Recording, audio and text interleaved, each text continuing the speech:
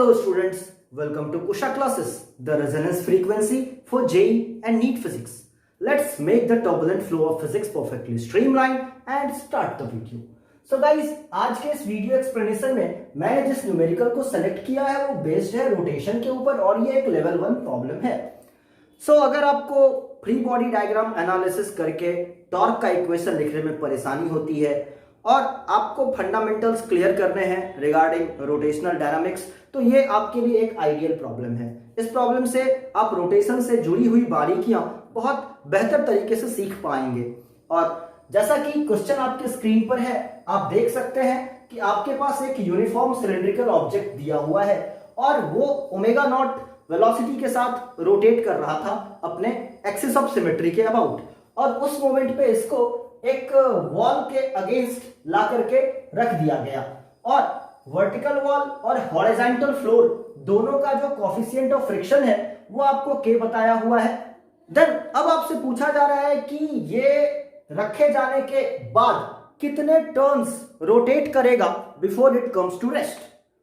और ये जो प्रॉब्लम है गाइस, मैंने आई इरोडोव के बुक से सेलेक्ट किया है, तो ये एक बहुत ही स्टैंडर्ड प्रॉब्लम है और बहुत कुछ सिखा के जाएगा आपको, तो बहुत ही ध्यान से देखिएगा इस एक्सप्लेनेशन को. चलिए शुरू करते हैं. तो सबसे पहले हम लोग इसके मोशन को एनालाइज करते हैं. नेसेसरीली यहाँ पे बात हो रही है रोटेशनल मोशन की और आपका जो ऑब्जेक्ट है वो ट्रांसलेशनली इक्विलिब्रियम में है. तो चलिए सबसे पहले इसका फ्री बॉडी डायग्राम हम लोग ड्रॉ करेंगे. तो जैसा कि आप देख सकते हैं, ये एक सिलिंड्रिकल ऑब्जेक्ट है, इसका सेंटर ऑफ मास से mg पास कर रहा होगा और इस पे दो नॉर्मल्स एक्ट कर रहे होंगे. एक नॉर्मल तो ये ग्राउंड इसके ऊपर लगाएगा, तो चलिए इसको हम लोग n1 कह देते हैं, और एक नॉर्मल ये वॉल इस पे लगा रहा होगा, चलिए इसको n2 कह देते हैं. अब बात आएगी फ्रिक्शन की, तो फ्रिक्शन हॉरिजॉन्टल फ्लोर भी लगा रहा होगा और ये वर्टिकल वॉल भी लगा रहा होगा. तो अब हमें फ्रिक्शन के डायरेक्शन के बारे में भी बात कर लेनी चाहिए कि फ्रिक्शन का डायरेक्शन हॉरिजॉन्टल सरफेस पे किधर होगा और वर्टिकल वॉल पे किधर होगा. तो जैसा कि आप देख रहे हैं, ये ऑब्जेक्ट ऐसे रोटेट कर रहा है, इसकी ओमेगा की जो वेलोसिटी है वो ऐसी है. तो इस पोर्शन, अगर मैं इस पॉइंट की बात करूं तो इस पॉइंट का जो डायरेक्शन होगा वेलोसिटी का वो इधर की तरफ होगा और इसका जो रिलेटिव मोशन है with respect to the horizontal floor वो टुवर्ड्स पॉजिटिव एक्स एक्सिस है, और इसीलिए आपका जो फ्रिक्शन आएगा बाय द हॉरिजॉन्टल फ्लोर वो टुवर्ड्स नेगेटिव एक्स एक्सिस आएगा. तो चलिए हम लोग इस फ्रिक्शन की बात कर लेते हैं और यहां पर हम लोग बोलेंगे कि ये friction mu into normal by the ground हो जाएगा. म्यू की वैल्यू k है and normal by the ground n1 है, तो इस फोर्स को मैं यहां पर लिखूंगा k n1 and that is friction by the ground. अब बात कर लेते हैं वॉल के फ्रिक्शन की. तो वॉल के साथ जो पॉइंट कनेक्टेड है वो ये पॉइंट है, ये पॉइंट कांटेक्ट में है, और चूंकि मेरे ऑब्जेक्ट का जो एंगुलर वेलोसिटी है वो ऐसा है, यानी कि एंटी क्लॉकवाइज है, इस वजह से ये पॉइंट जो है उसकी टेंडेंसी नीचे आने की है, मतलब टुवर्ड्स नेगेटिव वाई एक्सिस आने की है, और इसको अपोज करने के लिए जो वॉल का फ्रिक्शन होगा वो पॉजिटिव वाई एक्सिस के अलोंग होगा. तो चलिए अब हमें वॉल के फ्रिक्शन की भी डायरेक्शन मिल गई है, तो मैं यहां पे डायरेक्शन बना दिया. अब मैग्नीट्यूड की भी बात कर लेते हैं. कोएफिशिएंट ऑफ फ्रिक्शन म्यू है और नॉर्मल n2 मैंने बोला है. तो चलिए सबसे पहले इसकी वैल्यू लिखेंगे. कोएफिशिएंट ऑफ फ्रिक्शन k और नॉर्मल n2 है. और अगर अब हम लोग इसके ट्रांसलेशनल इक्विलिब्रियम को कंसीडर करें तो x एक्सिस के अलोंग जितने भी फोर्सेज हैं उनका वेक्टर सम 0 होगा और y एक्सिस के अलोंग जितने फोर्सेज हैं उनका वेक्टर सम 0 होगा. तो x एक्सिस के अलोंग आपके पास n2 है और नेगेटिव x एक्सिस के अलोंग आपके पास k n1 है. तो आपका पहला इक्वेशन होना चाहिए n2 is equal to k n1, और आपके पास जो दूसरा इक्वेशन आएगा वो अलोंग y एक्सिस आएगा, और y एक्सिस के अलोंग आपके पास k n2 और n1 है और नेगेटिव y एक्सिस के अलोंग mg है. इसीलिए इक्विलिब्रियम को कंसीडर करते हुए आप जो इक्वेशन लिखेंगे यहाँ पे वो हो जाएगा k n2 plus n1 is equal to mg. अब अगर मैं n2 की वैल्यू यहां पे सब्स्टिट्यूट कर दूं तो मैं इस इक्वेशन को ऐसे भी ट्रांसफॉर्म कर सकता हूं, k n2 के जगह k n1 plus n1 is equal to mg. Now I can say k square n1 plus n1 is equal to mg. और अगर मैं n1 को कॉमन ले लेता हूं तो मेरे पास आता है 1 plus k square is equal to mg, और इस तरीके से मैं n1 की वैल्यू तक पहुंच चुका हूं। और n1 की जो वैल्यू आ रही है मेरे पास वो और कुछ नहीं mg upon 1 plus k square आ रही है। और अगर मेरे पास n1 की वैल्यू है तो मैं n2 की वैल्यू भी कैलकुलेट कर सकता हूं। तो मैं यहां से लिखूंगा n2 is going to be k times n1 which is mg upon 1 plus k square. तो अब मेरे पास n1 और n2 की वैल्यू आ चुकी है, और इसके बाद अब हम लोग टॉर्क को कंसीडर करेंगे। हमारा जो ऑब्जेक्ट है वो एंटी क्लॉकवाइज डायरेक्शन में रोटेट कर रहा है, और यहां पे जो टॉर्क आएगा वो दो ही फोर्सेज का आएगा, एक kn1 का और एक kn2 का। मतलब कि जो दोनों फ्रिक्शन के फोर्सेज हैं उनका अपना अपना टॉर्क आएगा, और बाद बाकी mg, n1 और n2 जो है ऑब्जेक्ट के सेंटर ऑफ मास से पास कर रहे हैं, और उनका कोई भी perpendicular distance axis of rotation से नहीं है। इस वजह से n1, n2 और mg का जो टॉर्क है वो 0 हो जाएगा। अब बात कर लेते हैं kn1 और kn2 के टॉर्क के बारे में।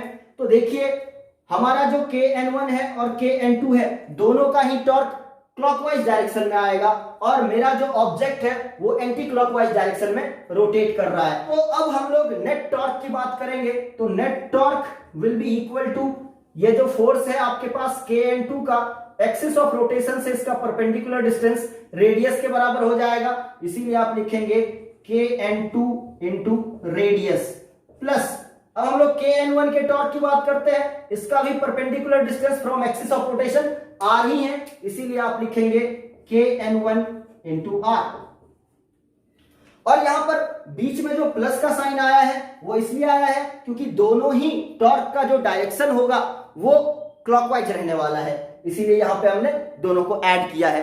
तो अब हमारे पास नेट टॉर्क की जो वैल्यू है वो आ चुकी है, और ये टॉर्क एक रिटार्डिंग टॉर्क है कि आपका ऑब्जेक्ट एंटी क्लॉकवाइज डायरेक्शन में रोटेट कर रहा था और आपका जो टॉर्क है वो क्लॉकवाइज डायरेक्शन में है।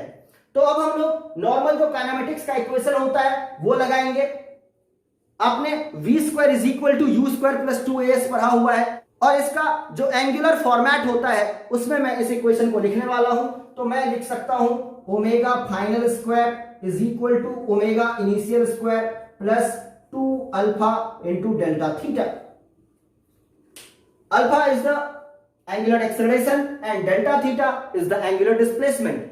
अब हमें पता है कि फाइनली ये सिलिंड्रिकल ऑब्जेक्ट रेस्ट में आ जाएगा, तो मैं बोलता हूं omega final is 0, so 0 square is equal to omega initial will be omega not square plus 2 alpha, alpha की वैल्यू बाद में पुट करूंगा, सो इट इज 2 अल्फा, और डेल्टा थीटा जो है वो मुझे कैलकुलेट करनी है।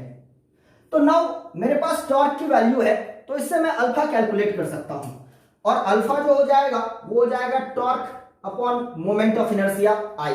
तो टॉर्क की value kn2 into r plus kn1 into r है। तो चलिए टॉर्क की वैल्यू लिखते हैं, k और r को कॉमन ले लेते हैं, तो यहां से हमारे पास आ रहा है n1 प्लस n2। n1 की value mg upon 1 plus k square है, प्लस n2 की जो वैल्यू है आपके पास वो है आपके पास kmg upon 1 plus k square. तो ये मेरे पास नेट टॉर्क आ गया divided by moment of inertia, end moment of inertia of a cylindrical object about its axis of symmetry is mr square by 2। तो हम लोग यही वैल्यू यहां पर पुट करने वाले हैं, सो it is mr square by 2। अगर मैं इस एक्सप्रेशन को फर्दर सॉल्व करूं तो आप जैसा कि देख सकते हैं कि यहां पे kr पहले से था, mg upon 1 plus k square इतना आपके पास कॉमन आ रहा है, और बाद बाकी यहां पे 1 बच गया और यहां पर k बच गया, और नीचे में आपके पास mr स्क्वायर बाई 2 आ रहा है।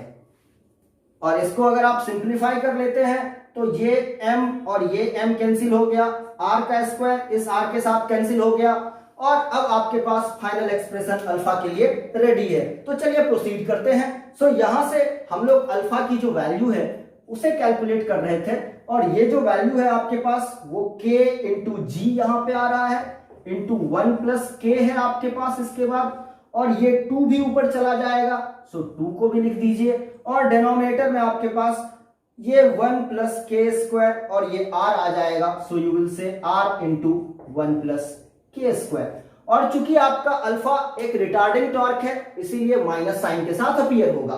सो नाउ सिंस हमारे पास अल्फा की वैल्यू आ गई है और इस अल्फा की वैल्यू को मैं इक्वेशन ऑफ काइनेमेटिक्स में पुट करके डेल्टा थीटा यानी कि एंगुलर डिस्प्लेसमेंट बिफोर स्टॉपिंग वो कैलकुलेट कर सकता हूं। तो चलिए ऐसा ही करेंगे और हम लोग इस एक्सप्रेशन को फॉरवर्ड करते हैं और लिखते हैं 0 is equal to omega not square minus 2, alpha के जगह माइनस इसलिए क्योंकि हमारा जो एंगुलर एक्सेलरेशन है वो रिटार्डिंग है, और हम लोग यहाँ पे लिखेंगे -2, अल्फा के जगह पे ये पूरा एक्सप्रेशन आ जाएगा 2kg इंटू 1 प्लस के upon r into 1 plus k square, और इसके बाद आपके पास है डेल्टा थीटा। तो यहां से अगर मैं एक स्टेप फर्दर सॉल्व करूं तो मैं कह सकता हूं omega not square is equal to 4kg into 1 plus k delta theta upon r into 1 plus k square. और यहां से मैं डेल्टा थीटा की वैल्यू भी कैलकुलेट कर सकता हूं, और डेल्टा थीटा की जो वैल्यू आ रही है आपके पास वो और कुछ नहीं omega not square r into 1 plus k square divided by 4kg into 1 plus k आ रही है। बट गाइज हमसे क्वेश्चन में जो पूछा गया है वो एंगुलर डिस्प्लेसमेंट इन रेडियन नहीं पूछा गया है। हमसे पूछा गया है कि रुकने से पहले ये सिलिंड्रिकल ऑब्जेक्ट कितना रोटेशन पूरा करेगा। तो आप जानते हैं कि 2 पाई रेडियन जो होता है वो एक कंप्लीट रोटेशन के बराबर होता है, इसीलिए हमारे पास जो नेट एंगुलर डिस्प्लेसमेंट आया है इसको मैं 2 पाई से डिवाइड कर दूंगा तो total number of revolution before stopping हमें पता चल जाएगा। तो चलिए उसकी वैल्यू भी लिख लेते हैं। So I will say n is equal to delta theta by 2 pi. अब फाइनली जो हम लोग यहाँ पे इस चीज का आंसर लिखेंगे वो कुछ ऐसा हो जाएगा omega naught square r into 1 plus k square. अब आपके पास 2 पाई है, यहां पे मल्टीप्लाई कीजिएगा तो आपके पास 8 पाई आएगा, फिर आप लिख सकते हैं kg इंटू 1 प्लस के, और ये जो वैल्यू आई है वही है आपका total number of revolutions made by the cylindrical object before it will stop. So students आपने ध्यान दिया होगा कि इस क्वेश्चन को सॉल्व करते करते आपको टॉर्क और एंगुलर एक्सेलरेशन का जो रिलेशन आता है फ्री बॉडी डायग्राम के सहायता से वो आपको समझ में आया होगा। इक्वेशन ऑफ काइनेमेटिक्स का कैसा इस्तेमाल करना होता है रोटेशन के प्रॉब्लम को सॉल्व करने के लिए वो भी समझ में आया होगा। फ्रिक्शन का डायरेक्शन कैसे सेलेक्ट करना होता है वो भी समझ में आया होगा। तो काफी इंफॉर्मेटिव प्रॉब्लम मैं इसे बताऊंगा, और इस क्वेश्चन को करने से आपके बहुत सारे कॉन्सेप्ट्स क्लियर हुए होंगे। तो उम्मीद करता हूं ये वीडियो आपको पसंद आया होगा, और अगर आप चाहते हैं कि आपके कॉन्सेप्ट को बिल्ड अप करने वाले ऐसे ही न्यूमेरिकल्स के एक्सप्लेनेटरी वीडियोज लेकर के मैं आपके सामने आता रहूं, then do subscribe my channel, like the video, share it, and if you have any doubts do ask me in the comment section. Thanks for watching the video. See you in the next video. Till then, goodbye. Take care.